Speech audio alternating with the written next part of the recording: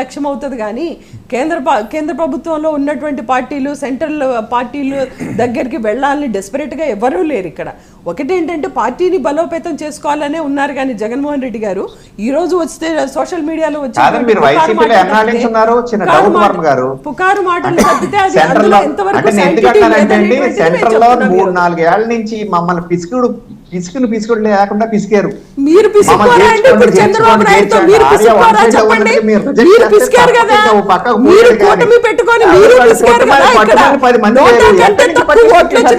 BJP party ఈ రోజు చంద్రబాబు నాయుడు గారిని అడ్డం పెట్టుకొని పవన్ కళ్యాణ్ గారిని అడ్డం పెట్టుకొని 10 ఎమ్మెల్యే సీట్లు తెచ్చుకున్నారు కదా, మీరు పిసకలేదా ఇక్కడ చెప్పండి?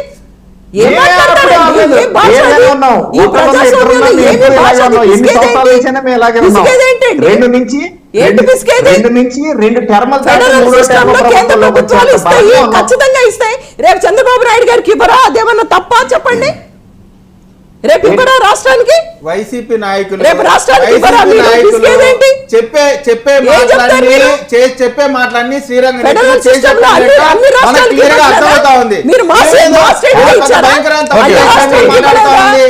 మీరు అన్ని రాష్ట్రాలకి శాలరీ ఇవ్వలేదండి. ముందు ఆవిడకి శాలరీ ఇవ్వండి, చక్క ఫేమస్ అయిపోతుంది. మళ్ళీ వైసీపీ అంతా రాష్ట్రం అంతా మోగుద్ది ఒకసారి. మీరు సమాధానం లేక ఎందుకండి మీకు ఆన్సర్ ఉంటే చెప్పండి. ప్రభాకరన్ ఒకడు ఉన్నాడు అమెరికాలో, చెప్పండి. మీకు ఆన్సర్ లేకపోతే చదువుకోండి, మీకు చదువుకోండి.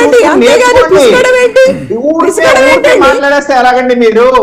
మీరే స్టార్ట్ చేశారు, వాడుకుని వదిలేశారంటే శ్రీరెడ్డి గారిని. మీరు ఆవిడే చెప్తుంది, మేం కాదు. 4.5 ఏళ్ళు మాత్రం మీరు ఖండించరు, ఇప్పుడు మాత్రం మాకు సంబంధం లేదంటారు. ఏది ఆఖరి నెలలో వచ్చి, మరి అదేంటో నాకు తెలియదు. 2014 నుంచి 2019 వరకు జగన్మోహన్ రెడ్డి గారు ప్రతిపక్ష పాత్ర పోషించాడు. ముఖ్యమంత్రిగా చంద్రబాబు నాయుడు గారు ఉన్నారు. ఆయన ఎక్కడా అడ్డుకున్నటువంటి పరిస్థితి లేదు. కేడర్ని మేము ఎక్కడా ఇబ్బంది పెట్టలేదు. జగన్మోహన్ రెడ్డి గారి పరిపాలనలో ఉన్న సమయంలో చేసినట్టు 2014 నుంచి 19 వరకు చేయలేదు. ఆయన 1000 కిలోమీటర్లు పాదయాత్ర చేశారు. అప్పుడు ప్రొటెక్షన్ ఇచ్చింది ఎవరు? చంద్రబాబు నాయుడు గారు.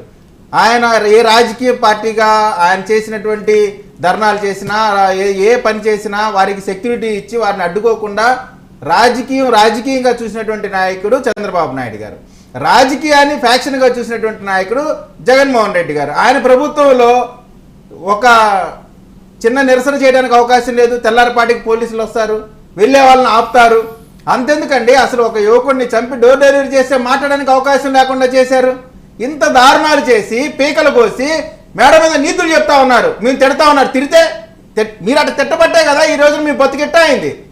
మీ బతికే ఎందుకైందా ఇట్లా అనేది ఆలోచించుకోకుండా మేము ఏం తప్పులు చేస్తే మేము ఈ పరిస్థితికి వచ్చాం, ఈ తప్పులు చేయకుండా ఉండాలనేటువంటి ఆలోచన లేకుండా ఇప్పుడు కూడా కొంచెం కూడా వయసుకు కూడా గౌరవం ఇవ్వకుండా చంద్రబాబు నాయుడు గారిని అగౌరవంగా మాట్లాడుతూ, ఏకవచనంతో మాట్లాడుతూ మేము ఈ రోజు కూడా జగన్మోహన్ రెడ్డి గారు అంటుంటే వీరు మాత్రం అగౌరవంగా మాట్లాడుతూ ఉంటే వీళ్ళ సభ్యత ఏంటి, వీళ్ళ సంస్కారం ఏంటి? అంటే వీరు రాబోయే కాలంలో కూడా ఖచ్చితంగా ప్రతిపక్ష హోదాకు వచ్చే ప్రయత్నం కూడా లేదు. వీళ్ళు గతంలో ఏ విధంగా అయితే బూతులు తిడతా ఉన్నారో కొంత కూడా మేము అంతే తిడతామని చెప్తా ఉన్నారు. డే లైట్ లో అసలు భయం లేకుండా, బంకు లేకుండా తిడతామని చెప్తా ఉన్నారు. ఈ పార్టీకి ఇంతే. ఇప్పుడు మనుషులు అనుకోండి, అన్నం కూర పప్పు తింటాం. జంతువులు ఏం చేస్తాయి? రోజు వెళ్ళి ఆ గడ్డి మాత్రమే తింటాయి, వేరే కూరలు తినడానికి అవకాశం లేదు కదా.